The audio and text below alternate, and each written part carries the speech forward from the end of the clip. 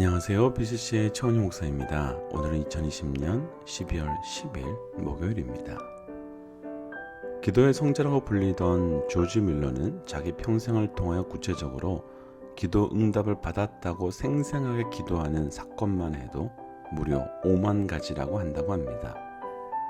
그런데 그가 가장 시간을 많이 들여서 한 기도 제목이 있었습니다. 그것은 자기가 어렸을 때부터 같이 삶을 나누었던 5 친구의 구원의 문제였습니다. 물론은 5명의 친구들을 위해서 오랜 시간 기도하며 기도했다고 합니다. 한두 사람이 믿기 시작해서 3명은 구원받았지만 끝까지 믿지 않은 2 친구가 있었습니다. 물론은 이 2 친구를 위해 얼마나 기도를 했는지 무려 52년 동안이나 그들의 구원을 위해서 기도했지만 헛수고였다고 합니다. 이제 노년이 되어 병석에 누운 밀러는 서서히 자기 인생의 마지막 날이 다가오는 것을 느끼게 되었습니다. 어느 날 그는 자기 인생의 마지막 남은 힘을 가지고 사랑하는 한 교회에서 마지막 설교를 시작했습니다. 그리고 마지막 설교를 하던 그날 그의 안 믿는 친구 중에 한 명이 우연히 그곳에 참석했다가 그 설교를 듣고 회개하고 예수님을 믿게 되었습니다. 그러나 나머지 한 친구의 구원을 보지 못하고 밀러는 안타깝게도 세상을 떠나게 됩니다. 그 후 그때까지도 믿지 않고 있었던 친구는 밀러의 죽음의 소식을 듣게 되었고 그 친구는 밀러가 자기를 위해서 무려 52년 동안이나 기도했다는 이야기를 그제서야 듣게 되었습니다. 그리고 밀러가 죽은 바로 그 소식을 들었던 이 친구는 결국 예수를 믿게 되었습니다. 믿은 후 그 친구는 전 영국을 순회하면서 이렇게 간증했다고 합니다. 밀러 목사님의 기도는 모두 응답되었습니다. 그리고 저는 그 기도의 최후의 응답입니다. 2020년 12월입니다. 올 한 해 우리는 참 많은 기도를 했고 참 많은 간구의 자리로 나아갔습니다. 분명 명확하게 응답을 받은 것도 있지만 도저히 응답에 어떤 사인도 보지 못한 것들이 있을 겁니다. 분명한 것은 하나님께서는 그 기도에 응답하실 겁니다.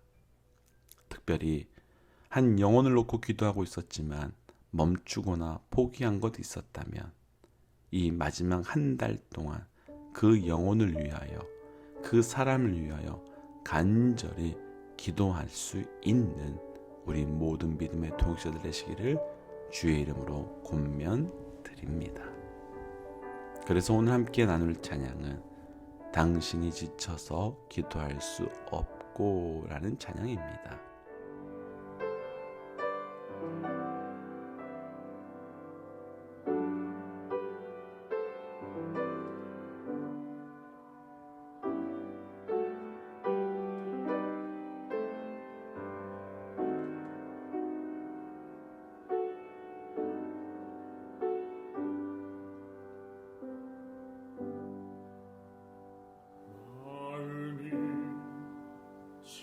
지쳐서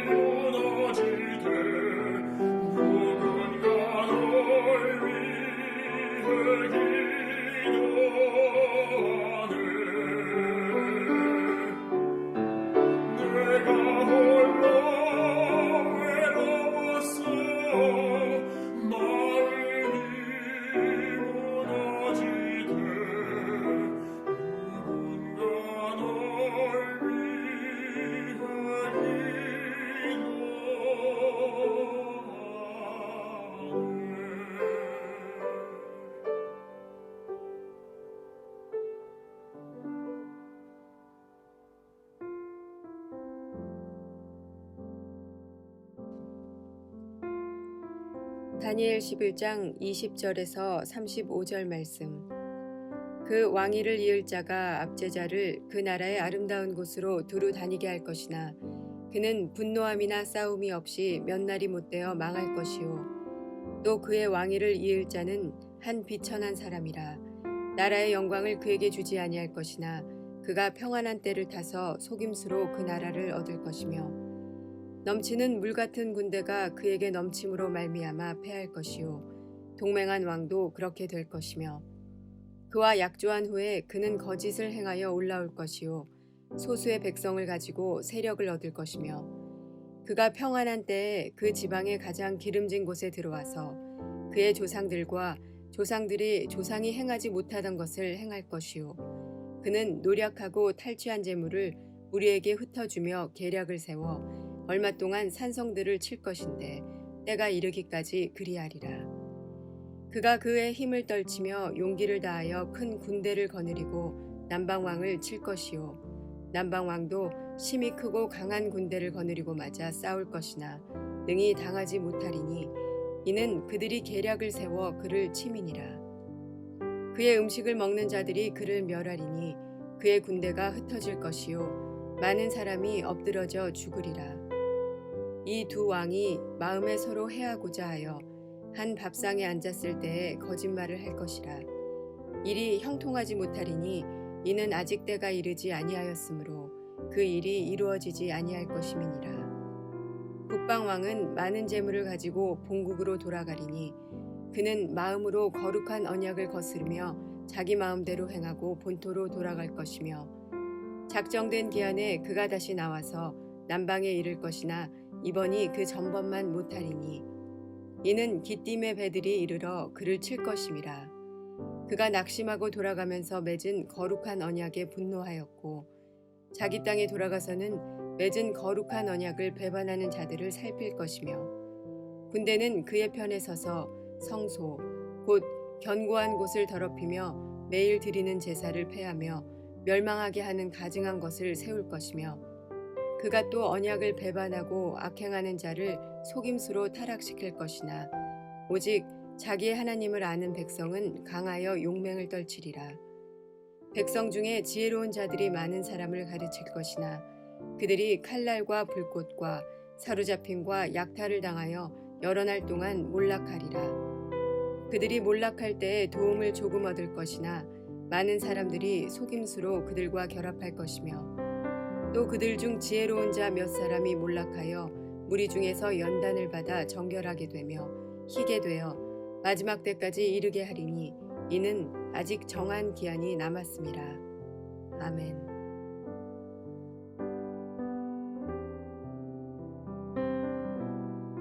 함께 기도하겠습니다. 하나님, 내게 결단할 수 있는 마음을 주시고 순종할 수 있는 마음을 주신 것 감사합니다. 그러나 하나님, 아무리 결단을 하고 아무리 순종하기로 해보지만 우리의 능력으로는 살아갈 수 없음을 고백합니다. 오늘 이 아침 우리에게 들려주시는 말씀만큼 순종하며 결단하며 살아갈 수 있도록 힘과 능력을 더하여 주옵소서. 이 모든 말씀 예수님 이름으로 기도하였습니다. 아멘. 오늘 우리가 함께 나눌 말씀의 제목은 강함의 근거라고 하는 제목입니다. 우리가 어제 같은 다니엘 11장 말씀을 나누면서 말씀의 제목을 세상의 강함이라고 했었습니다. 그리고 세상이 무엇을 통해 강해지려고 하는지 말씀을 묵상했고 우리는 그 반대로 그리스도인들은 그 강함을 추구해야 된다라고 묵상했습니다. 그래서 강하다고 할 때 그 강함의 근거가 무엇인지 그 강함의 근거를 온전히 잡는 것은 굉장히 중요한 문제입니다. 오늘 말씀을 통해서 우리에게 강함의 근거가 어떤 것으로 세워져야 하는지 함께 묵상하고 온전한 강함의 근거를 갖고 살아가는 우리 모든 믿음의 동역자들 되시기를 주의 이름으로 도전합니다. 강함의 근거 첫 번째 27절 말씀입니다. 이 두 왕이 마음에 서로 해하고자 하여 한 밥상에 앉을 때 거짓말을 할 것이라. 일이 형통하지 못하리니 이는 아직 때가 이르지 아니하였으므로 그 일이 이루어지지 아니할 것임이니라. 아멘. 오늘 말씀에 등장하는 왕은 역사적으로는 셀루쿠스 왕조의 8번째 왕위에 오른 안티쿠스 4세를 이야기한다고 합니다.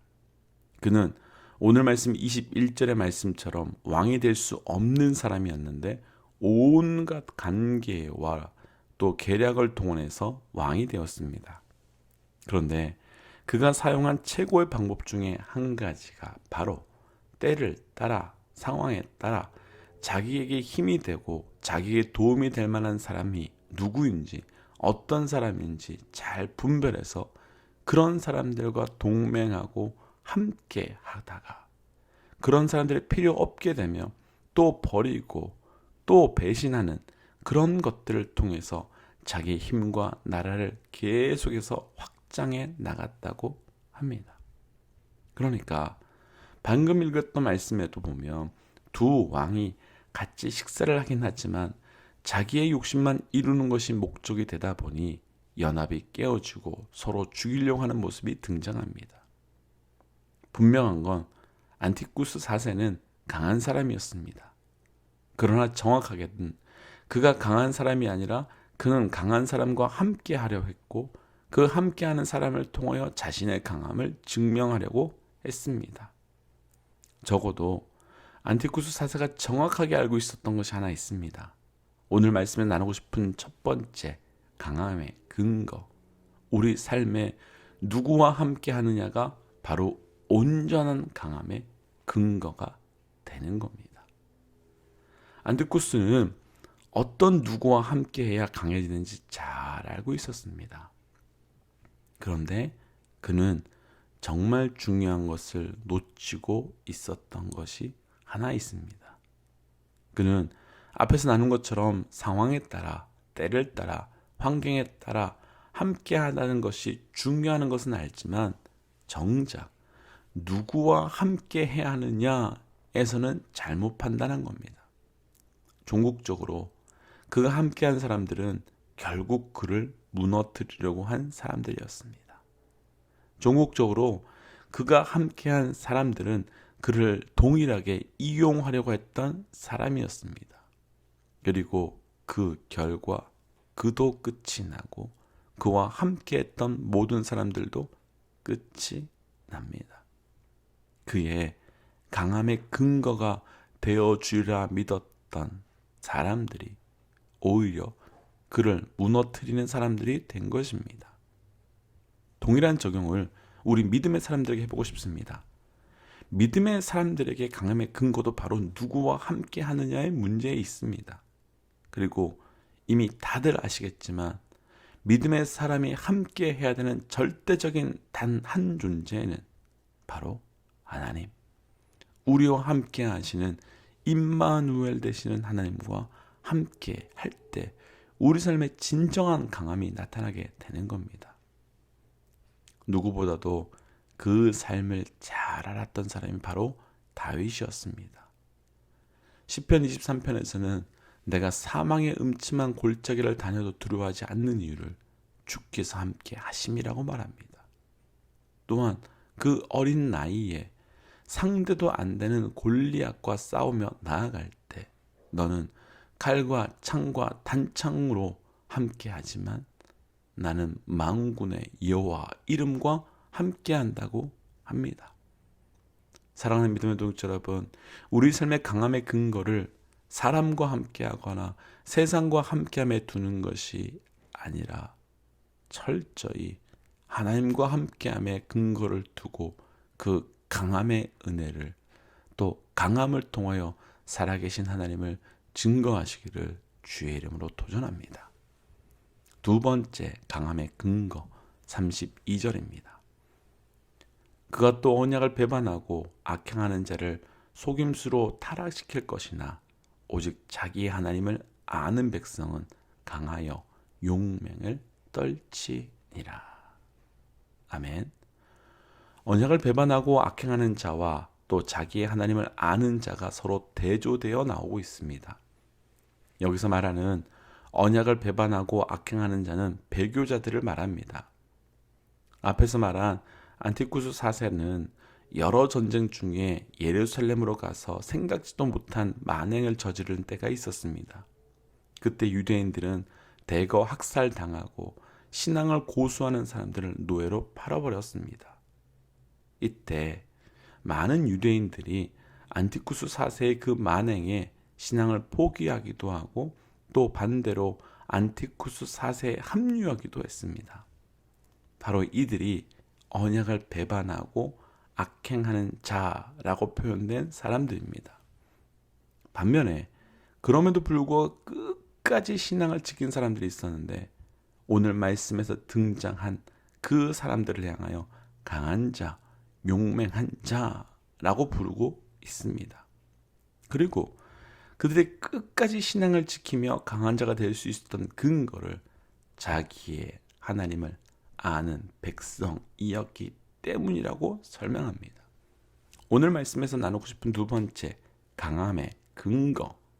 강함의 근거는 누구를 아느냐가 바로 온전한 강함의 근거입니다.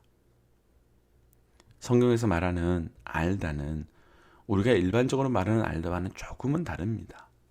알다라고 할 때 히브리어 원어는 야다라는 단어를 쓰는데 이때 야다는 단순히 지식적인 알을 이야기하는 것이 아니라 경험하여 알다라는 단어입니다. 그러니까 우리가 하나님을 안다고 했을 때 하나님을 부인하거나 떠날 수 없는 이유가 있습니다. 내가 그분을 실제로 경험했기 때문입니다. 내가 그분을 만났고 내가 그분의 음성을 들었고 내가 그분을 경험하고 나니까 그분을 부인할 수가 없는 겁니다. 경험하지 못한 하나님을 아는 지식은 쉽게 흔들리고 쉽게 무너집니다. 그러나 경험한 하나님은 부인할 수 없고 떠날 수 없습니다. 그래서 경험한 하나님을 믿는 믿음은 강합니다. 예수님께서 십자가에 돌아가신 후 엠마오로 돌아가는 두 제자가 있었습니다. 예수님을 3년이나 따라다니며 보고 듣고 했는데 떠나갑니다. 그런데 그들이 다시 돌이켜 예루살렘으로 달려가 복음의 사람이 되는 일이 생겼습니다. 방금 전과 완전히 달라집니다. 그리고 그 이유는 우리가 잘 아는 것과 같이 부활하신 예수 그리스도를 만났기 때문입니다. 그분을 경험하면, 그래서 그분을 알게 되면 그 믿음 강해질 수밖에 없습니다. 바로 오늘이 우리의 믿음이 더 담대해지고 강해지는 그날이 되시기를 주의 이름으로 축복합니다. 함께 기도하겠습니다.